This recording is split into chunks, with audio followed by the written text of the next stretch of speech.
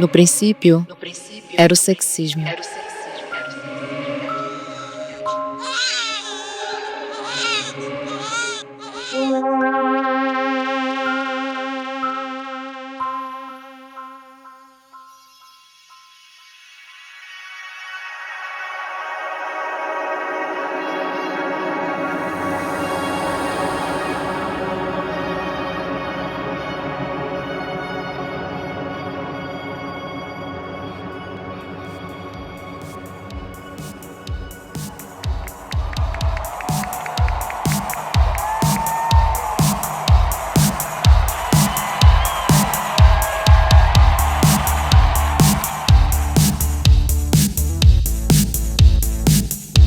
Digna Davi ficou conhecida como o anjo bom da androginia.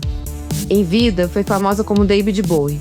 Nasceu em Londres em 1947 e desde muito cedo demonstrou seu amor pela invenção de novas formas de vida, pela valorização dos corpos não hegemônicos e pelas existências dissidentes.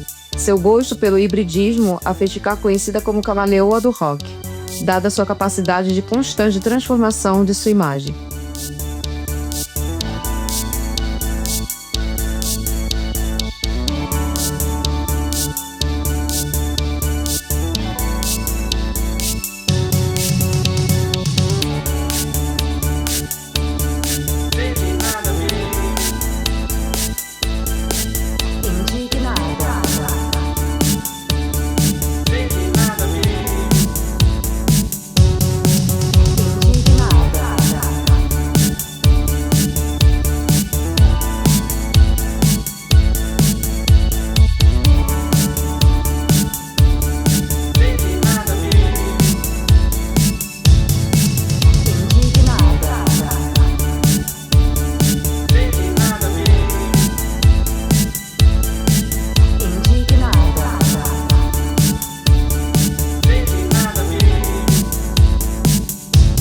Desde suas primeiras aparições, Davi sempre deixou claro que não desejava se encaixar nos padrões do sistema sexo-gênero tão valorizados na sociedade ocidental. Digna Davi não apresentava características marcadamente femininas nem marcadamente masculinas, e apesar de ter sido registrada como menino, possuía já no nascimento os dois órgãos sexuais bem definidos, tanto internos quanto externos. Sua aparência ambígua atraiu multidões de pessoas que também não se adequavam aos padrões heteronormativos e viu na existência de Digna Davi a possibilidade relacional necessária à formação de suas subjetividades.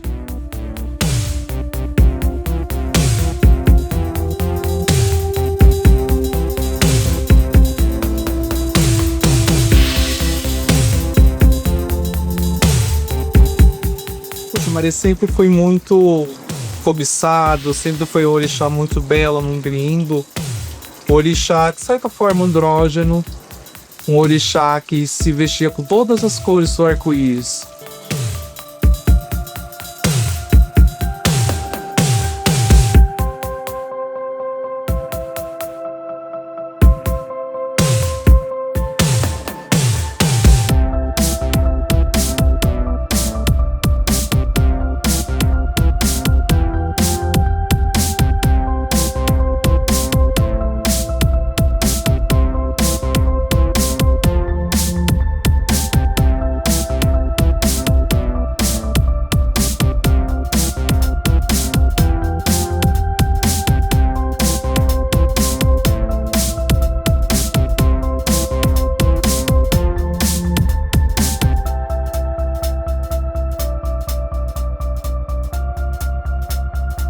Para se comunicar, Digna Davi escolheu como ferramenta a arte. Por atingir as grandes massas, optou pela música. Começou a compor ainda na adolescência e desde então passou a se dedicar à luta pela liberdade e igualdade das diversas formas de vida humana. Usou o próprio corpo para propagar novas possibilidades, novas linguagens, novas leituras. A dúvida, presente em sua aparência física, era tensionada e esgarçada enquanto poética. Davi trabalhava em cada detalhe de suas criações para gerar ebulição nos discursos clichês sobre a natureza e a cultura.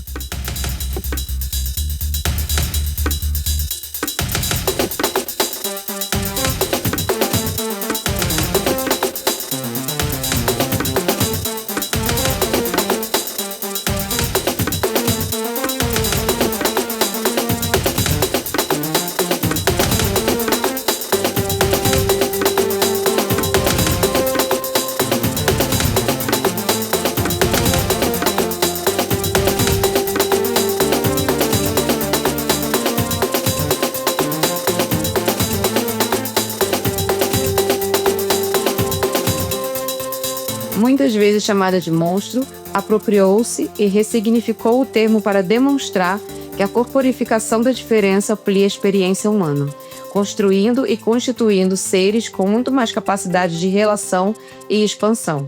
Sua postura publicamente intersexo e bissexual transformou o que era conhecido como disforia de gênero, movendo tal condição da categoria de sofrimento para o estado de desejo humano.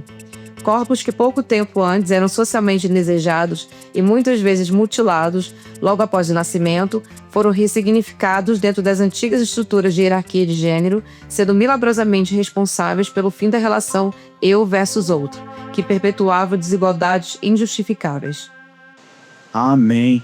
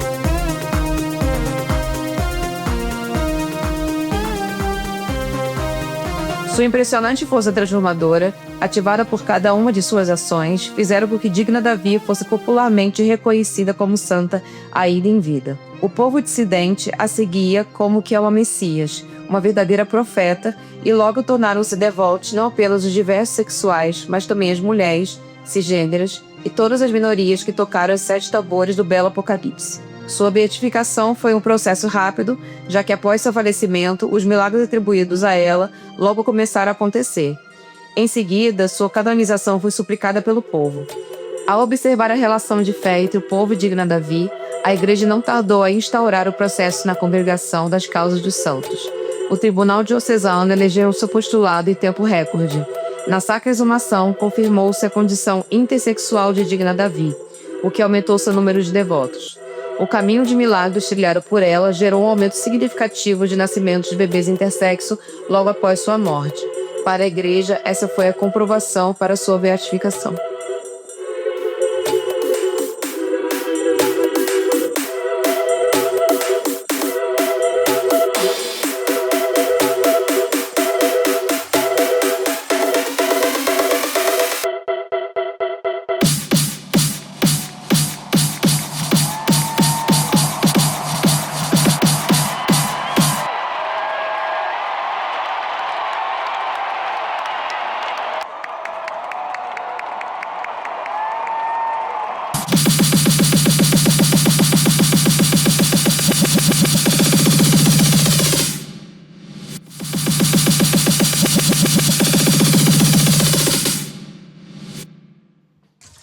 Para nós, para o nosso axé, Oxumaré, ele é um orixá masculino.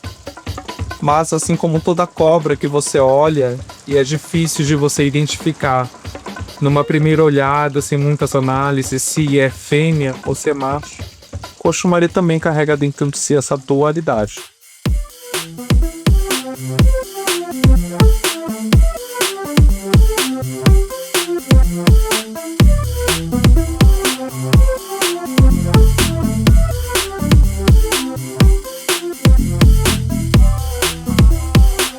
Para a canonização, o milagre foi ainda maior. Uma mãe feminista, ao receber o resultado do ultrassom sobre o sexo de seu bebê, ficou profundamente abalada quando soube que carregava em seu ventre um feto com genitália exclusivamente masculina.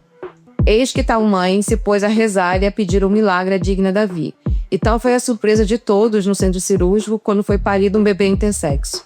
Nenhum médico conseguia explicar o que havia acontecido. Todos os exames mostravam um bebê com genitália apenas masculina. Um milagre. Estava comprovado o milagre de Digna Davi.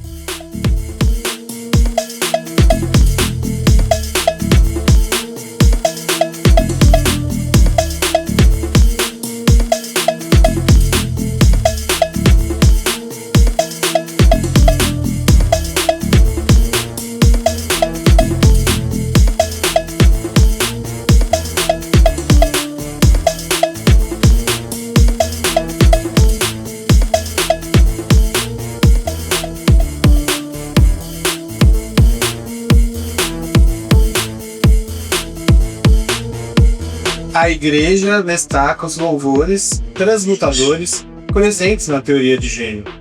Sobre este ponto, o Papa Francisco nos lembrou que o caminho para a paz exige respeito pelo direito das pessoas.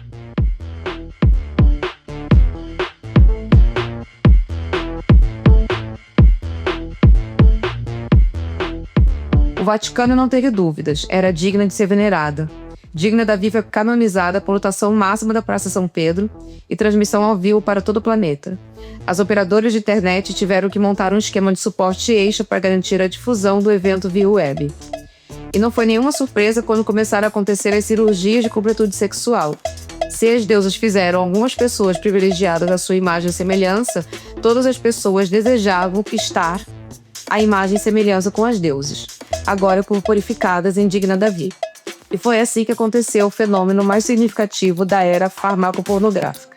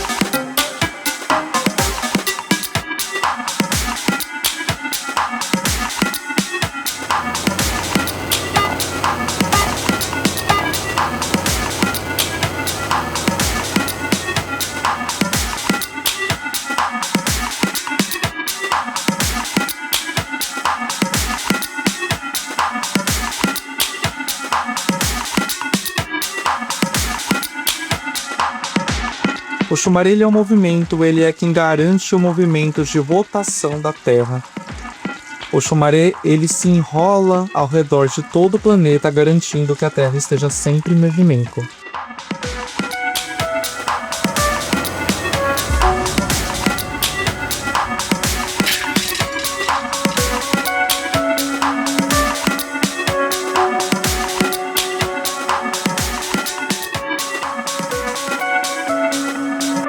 Homens e mulheres, sentindo-se inacabados, procuravam ajuda médica para a implementação cirúrgica dos órgãos sexuais que lhes faltavam. Mulheres cisgêneras implantavam pênis, homens cisgêneros implantavam vaginas. No pós-cirúrgico, a aplicação de hormônios característicos ao sexo oposto do nascimento garantia o desenvolvimento de aspectos marcadamente masculinos ou femininos, que, ao se mesclar com os aspectos sexuais genéticos, desenvolviam rapidamente a tão desejada aparência ambígua.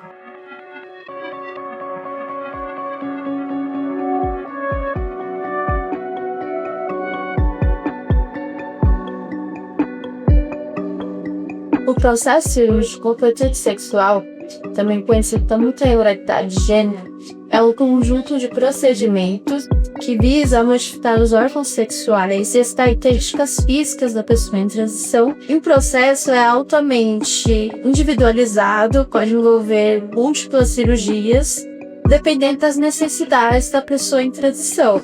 A integralidade de gênero pode ocorrer tanto no sentido de masculinização complementar de pessoas XX, quanto de feminização complementar de pessoas XY. Na masculinização complementar, o principal procedimento cirúrgico é a metodoplastia, que é a criação do pênis a partir do clítoris, e a feminização complementar ocorre a vaginoplastia, que é a criação da vagina. Atualmente, a medicina reprodutiva está em fase de teste de transplante de útero e de saco escrotal, mas infelizmente ainda não é possível para a integridade de gênero. A partir do procedimento cirúrgico e realizar a autorreprodução, essa ainda é uma competência apenas dos nascidos intersexuais, seja por intersexualidade plena ou sexagem embrionária intersexual. Os procedimentos cirúrgicos de completude sexual são complexos e realizados por equipes cirúrgicas especializadas. Antes e depois das cirurgias, vão fazer o acompanhamento médico que inclui terapia hormonal e para garantir uma adaptação plena, né, dos órgãos sexuais externos e uma transição acelerada para uma planeta ambígua.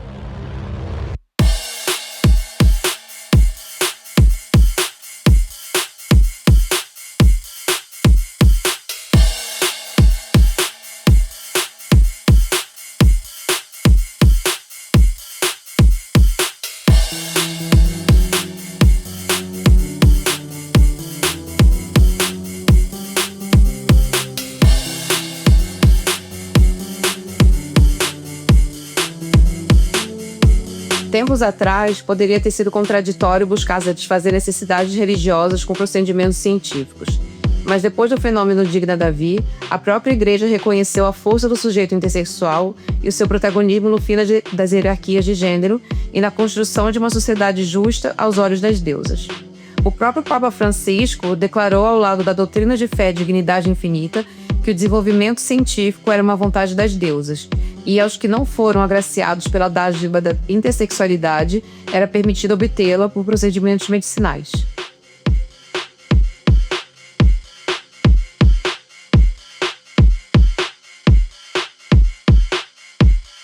O desenvolvimento dos órgãos sexuais ambíguos em humanos, uma condição também chamada de sublimação do desenvolvimento sexual, SDS, ou intersexualidade. Ocorre quando há uma elevação dos componentes genéticos, hormonais ou anatômicos que definem o sexo de uma pessoa. Este processo pode ocorrer por uma variedade de fatores que influenciam a diferenciação sexual durante o desenvolvimento embrionário. Quando o processo de diferenciação sexual binário é interrompido, ocorrem os chamados órgãos sexuais ambíguos, que não se enquadram claramente nas definições anatômicas limitantes.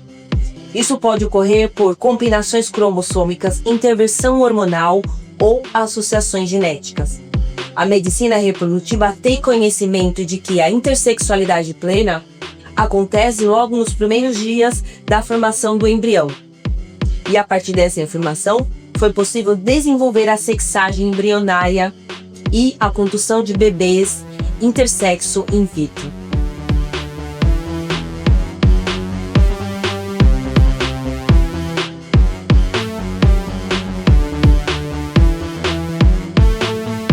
Tal permissão não se fixava apenas nas cirurgias de completude sexual.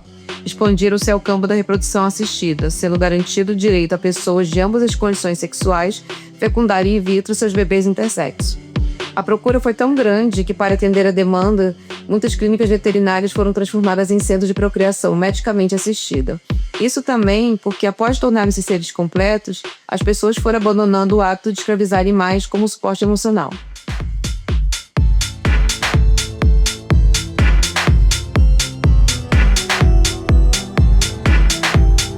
A escolha do sexo de um embrião fecundado in vitro é chamada de seleção de sexo, ou sexagem embrionária.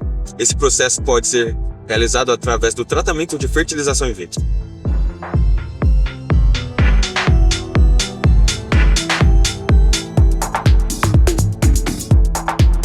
Envolve a identificação do sexo cromossômico antes da sua transferência para o útero.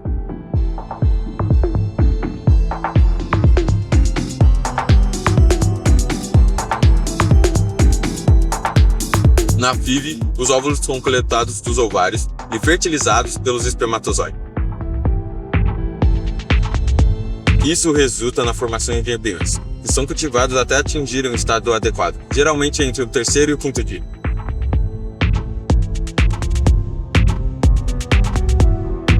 Após o desenvolvimento embrionário para determinar o sexo do embrião, é necessário realizar uma biópsia embrionária. Isso envolve a retirada de uma pequena amostra de células do embrião, geralmente do trofoblasto, que mais tarde formará a placenta. No estágio de blastocisto, cerca de 5 a 6 dias após a fertilização.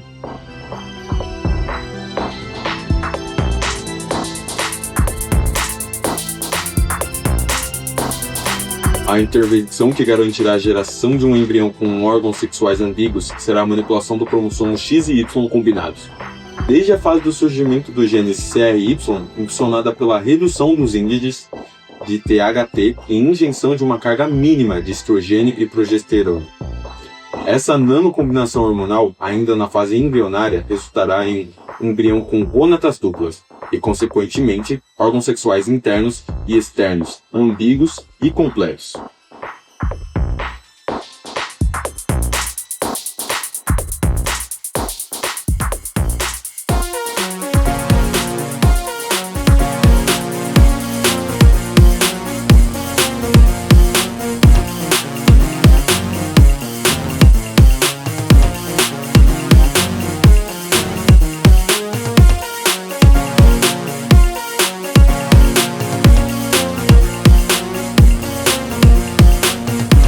Em seguida, com os novos resultados do PGD ou PGS, os embriões que foram geneticamente modificados e identificados como sendo intersexuais são escolhidos. O embrião escolhido é então transferido para o útero por meio de um procedimento simples e indolor. Se a implantação for bem sucedida, a gestação se inicia. Ensinando sobre a necessidade de respeitar a pessoa humana, Papa Francisco afirmou que a criação está antes de nós e deve ser recebida como um presente, sendo ela de origem natural ou por vias científicas. Segue-se que qualquer intervenção da completude do sexo tem a capacidade de expandir a dignidade que a pessoa recebeu desde o nascimento. Dentro disso tudo, há ainda as pessoas abençoadas pelos milagres, cada vez mais frequentes, de digna Davi, concedidas com a graça das deusas, dos nascimentos intersexo, que elevam a existência humana à categoria da integralidade. Aos demais, fica decretada a permissão, concedida pelo Papa Francisco, tanto de obterem seus bebês intersexo por meio da fertilização in vitro, quanto por cirurgias de completude sexual. There's a camera, you probably find that. And that's where it ended, but now people want a role in society, they want to feel that they have a position, they want to be an individual. And I think there's a lot of searching to find the individual within oneself. So what I know about your shoes, are those men's shoes or women's shoes or bisexual shoes? They shoes, you silly. Amém.